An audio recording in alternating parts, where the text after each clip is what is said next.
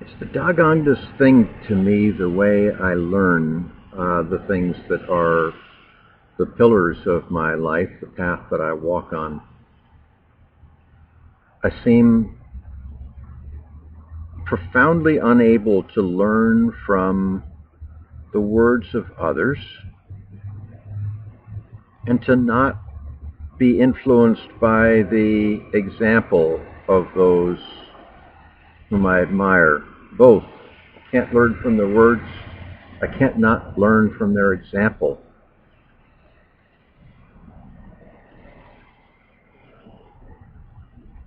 I wish I could learn from their words. My goodness, I could be many, many decades ahead of where I am.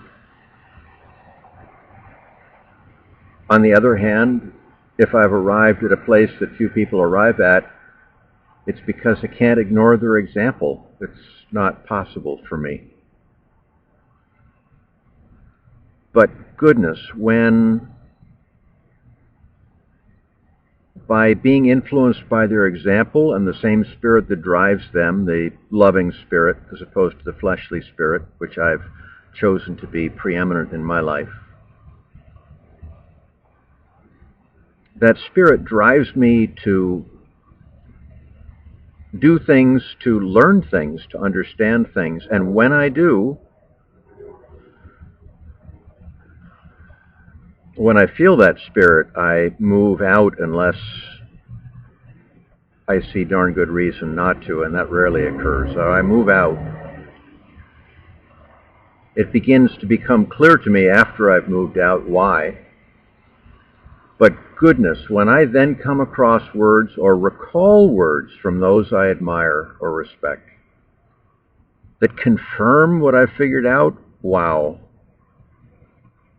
It's like the concrete of the foundation that I stand on drying and being that much firmer. And what I'm thinking of, I'll guess it was 2, 3, 4, 5 months ago that I discovered in my mind and wrote about scripture from Jesus talking about let the dead bury their dead, as it related to someone that was considering joining Jesus, but hey, I have my my father to bury, and then I'll catch up with you. Let the dead bury the dead. And it was only a couple of, not too many months ago, that it hit me. What Jesus was about was life and death. So he wasn't being cruel. Well, in two different ways, the clarity on that came hugely forward for me today, even beyond what I finally saw 3, 4, 5 months ago.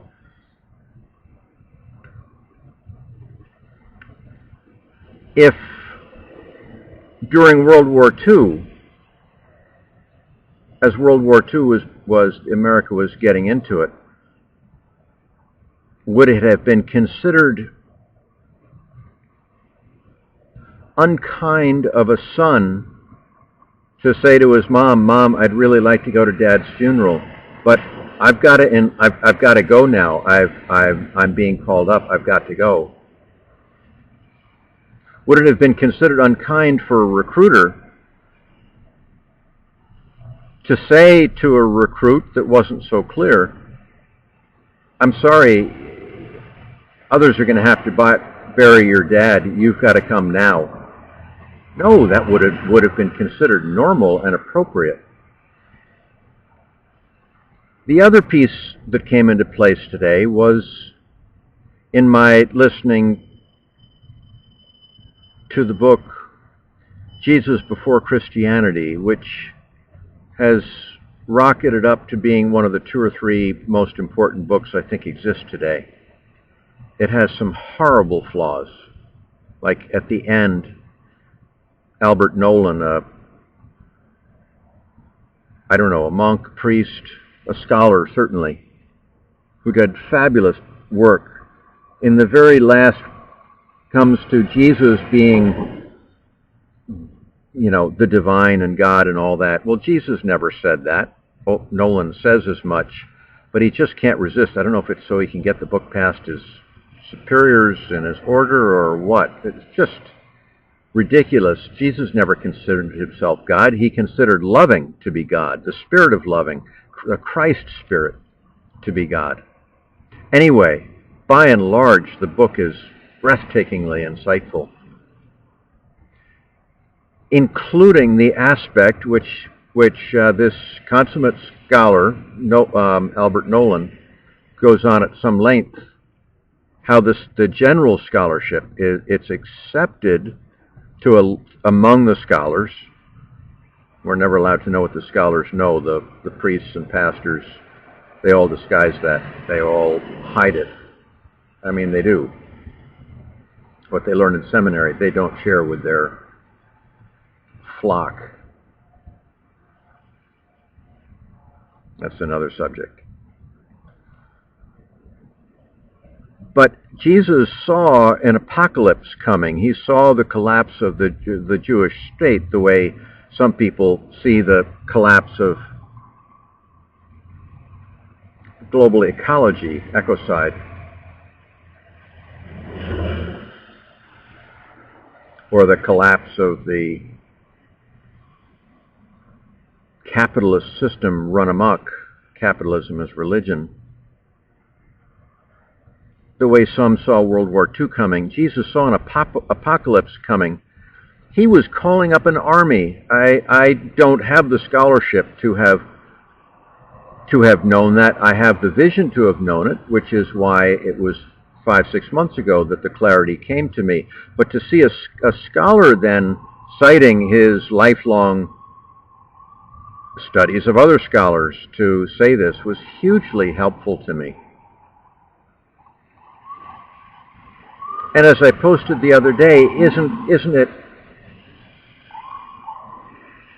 horribly, deadly crazy the way people with unviolent sentiments but a sense of urgency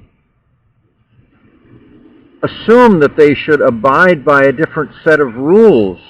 Oh, there can't be urgency, there can't be disruption of family, there certainly can't be disruption of norms, of career, of money. There can't be an effective unviolent force that is other than that. Just doing it without violence, but all of the personal disruption. This is life and death. We are not going to avert ecocide unless there's a mass, militant, unviolent outbreak of loving at all personal cost. And this is what Jesus saw in his day. The only way, the only possible way to avoid what happened, what he saw coming, which was the destruction of the Jewish state, which came because they ignored him, was a militant, urgent, military-like outbreak of unviolence, of infinite loving. At enormous personal cost, materially.